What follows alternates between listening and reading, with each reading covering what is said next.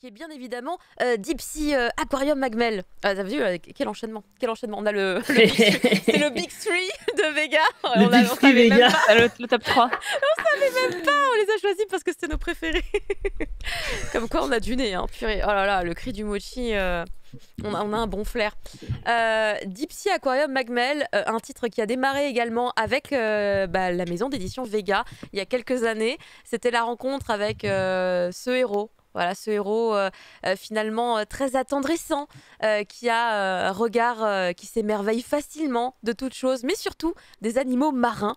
Et là, on va un peu plus loin finalement que de simples animaux marins, puisqu'on va carrément dans les abysses. Et ce qui m'avait vraiment frappé sur le premier tome, quand je l'avais lu, c'est cette facilité et cette simplicité finalement à se dire, mais évidemment, faisons une espèce d'ascenseur là qui descend dans les abysses, mais bien sûr, et créons un aquarium là-dedans, mais bien sûr, mais évidemment, ça donne l'impression que ce serait simple, évident et possible totalement à faire, et ça m'a grave frustrée en fait de me dire que c'était pas faisable dans la réalité. Mais font ça sur Minecraft si tu veux. Ouais, ou dans Animal Crossing, tu sais, il y a peut-être moyen, il y a peut-être un peu pseudo. En vrai, dans Animal Crossing, c'est ça. Moi, j'avais l'impression des fois d'être dans Deep Sea, parce que, en fait, tu vas aller chercher des bestiaux qui sont dans les abysses. Et genre, tu vas les pêcher dans la mer, tu vois. Oui, évidemment, très logique. Hein. Genre, laisser la cante, tu vois. Genre, bah oui, bien sûr. Alors que non, tu vois. Donc là, ça a du sens, puisque c'est dans l'univers de Deep Sea Aquarium Magmel. Mais autrement, non. Caroline, il faut accepter la réalité. On est adulte. Et donc, c'est... alors, je vous montre les planches qui sont incroyables. Phénoménal, on s'en prend plein les yeux. On découvre des créatures qu'on ne connaît pas forcément, qui ressemblent potentiellement à des créatures qu'on connaît. Mais à moins d'être vraiment passionné des fonds marins, je ne suis pas sûre que vous les connaissiez vraiment. Et ce que j'ai beaucoup aimé, c'est ce côté dont parlait justement Stéphane tout à l'heure, c'est l'aspect c'est beau, ça nous plaît, et en plus, on apprend des choses puisqu'on a des petites fiches sur la plupart justement de ces créatures marines, comme le calmar géant, et mon petit préféré, voilà, le petit batinome géant. Le petit batinome, le pire cauchemar que vous ayez dans votre vie en fait, en vrai. Hein. Vous voyez le cafard, le gokiburi japonais, et bien au-dessus vous avez le batinome géant. C'est le truc. Moi je le connaissais déjà, moi je veux savoir le goût que ça a maintenant. Typiquement japonais. Mais ouais, c'est tellement japonais cette réflexion. Ça a l'air sympa, je peux le goûter. Quoi? Mais non, il ne faut pas, ce n'est pas bien. Et donc, vous avez des petites explications sur la plupart des créatures que va rencontrer au fur et à mesure notre charmant héros, avec une espèce de petit fil rouge sur son papa. Il y a un petit mystère sur son papa. Qui est-il vraiment? C'est lui qui lui a donné un peu le goût, finalement, pour la mer, pour les océans. Et toutes ces... J'arrête pas de dire ces créatures marines. Hein. Il me faut un synonyme, mais j'en ai pas d'autres sous la main. Mais toutes ces créatures marines qui sont vraiment fascinantes à chaque volume. On part dans des découvertes et dans des utilités. C'est ça que j'ai trouvé rigolo aussi, c'est qu'en fait, chaque bestiole a finalement presque son utilité. Et j'aime bien la manière dont on va à leur rencontre à chaque fois, avec du coup les spécialistes de l'aquarium et les autres qui travaillent également au même endroit. Comment on découvre un petit peu tous les protagonistes. Hein. On découvre un petit peu, il y en a un scientifique, c'est un papa. Il y a sa petite fille aussi qui se balade beaucoup dans l'aquarium. D'ailleurs, on la voit, hein, la petite fille, elle est dans les bras de son papa. Et lui qui est là et qui est là pour faire le ménage à la base, mais qui va peut-être faire un petit glow-up professionnel. Hein. Donc, non, c'est très cool. Pour moi, c'était un titre plein d'espoir. Je trouvais ça très agréable à lire parce qu'en fait, je ressortais de ma lecture avec vraiment le cœur plus léger et l'idée de me dire qu'en fait, si on s'en donne les moyens, on peut peut-être arriver à tout. Et ça, c'est vraiment super cool, quoi. Comme type de manga, il y a un feel good vraiment très très appréciable. Après, j'ai pas lu le dernier en date, donc je sais pas si ma théorie tombe à l'eau, littéralement. C'est une blague qui ne fait rire personne. Très bien. Enchaînons. Merci de rire. J'en fais des pires sur le chat, alors écoute. On va essayer de noyer le poisson, t'inquiète pas. Bien joué. Merci, vous rentrez dans la danse, c'est sympa. En fait, son papa, c'est le présentateur de Thalassape. prof, mais qu'est-ce que tu racontes sur le chat? Mais qu'est-ce que tu dis sur le chat? Mais c'est une théorie, comme ça. Thalassa, mais qui connaît? Sérieux? Elle est vieux. Il y a une génération qui va comprendre et l'autre elle va faire Nani Thalassa. Est-ce que votre feeling est similaire d'ailleurs au mien? Moi, je suis complètement d'accord avec toi par rapport à ça. Hein. Je trouve que, ok, moi je fais partie de ces gens un peu superficiels qui ont vu la couverture et qui ont fait ça, c'est pour moi. J'aime bien. Il y a de la couleur, un peu aquarelle, j'aime bien. Et puis t'ouvres et c'est en mode genre du contraste avec des pages bien noires et des fois des pages bien blanches et compagnie. Oui. Ça, c'est un peu mon truc aussi. Des pages immenses avec genre des poissons hyper grands et genre t'es aussi émerveillé que le personnage qui les voit est en mode genre c'est pour moi ça aussi. Donc c'est ma cam. Voilà, j'avoue, c'est complètement ma cam.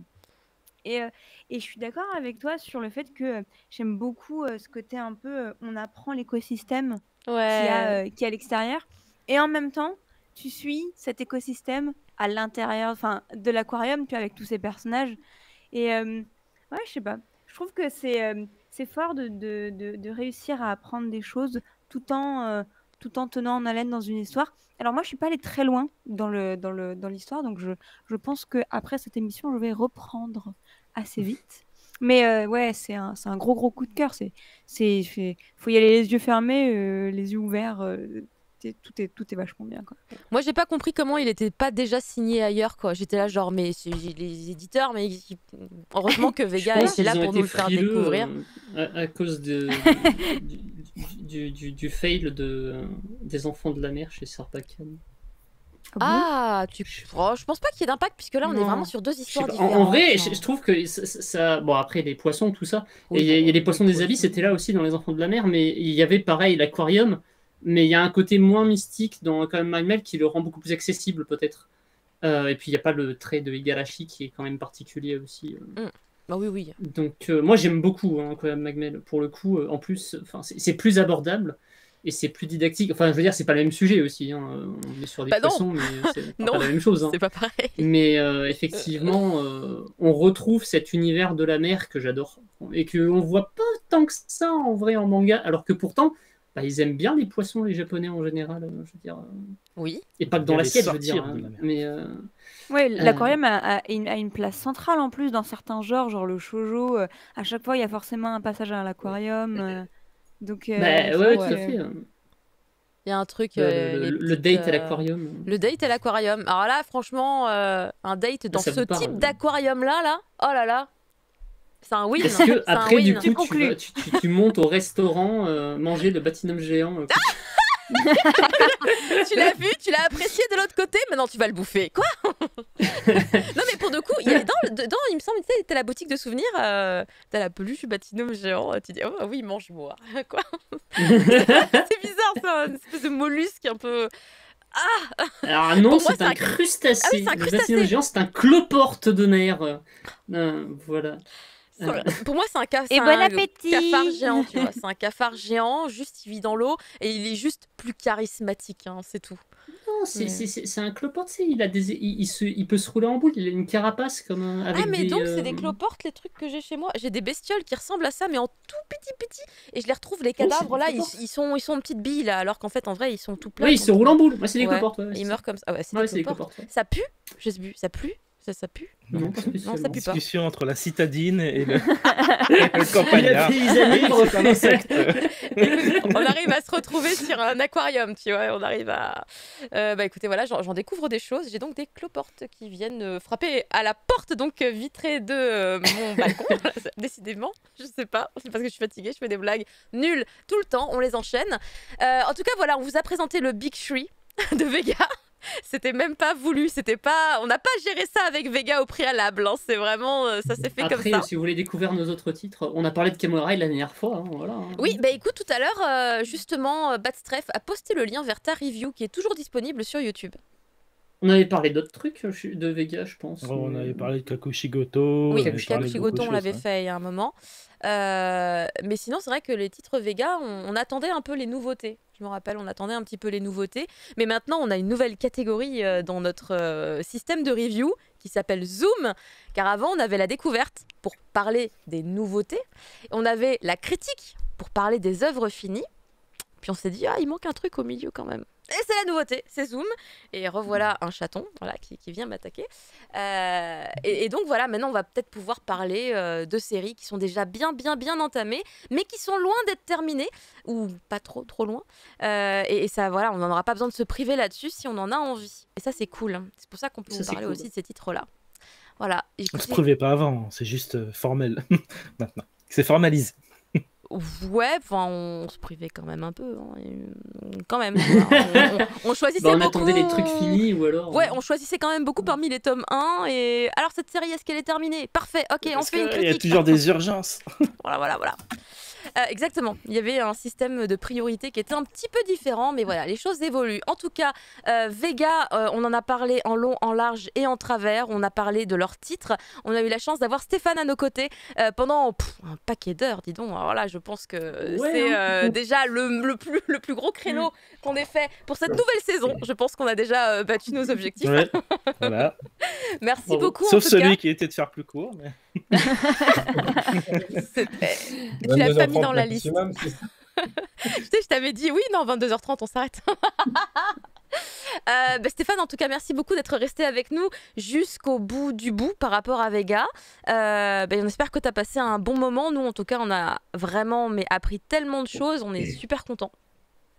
Bah oui, c'était très sympathique. Moi, je vous remercie déjà de l'invitation et puis de vos questions, de vos chroniques. Moi, je suis très content de voir que vous avez ressenti beaucoup de choses que moi-même j'avais ressenties à choisir les titres. C'est toujours intéressant comme ça de se contenter d'écouter les gens et puis de voir à peu près si les échos sont les mêmes. Et puis voilà, je pense que vous serez satisfait des volumes à venir sur les séries que vous aimez. J'espère que vous prendrez le temps de découvrir les nouveautés de l'année prochaine. Et puis on se refait ça quand vous voulez, c'était très sympa.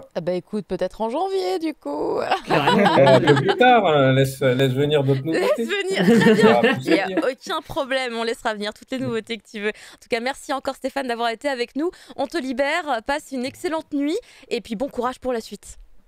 Bye bye Stéphane. Bonne nuit. Et voilà, c'était la grosse partie sur Vega. Il nous reste quelques titres dont on devait parler. Je pense que quoi qu'il arrive, on peut tranquillement vous proposer la review de Shangri-La Frontière, qui va du coup être faite par Fumble. Et pour le reste...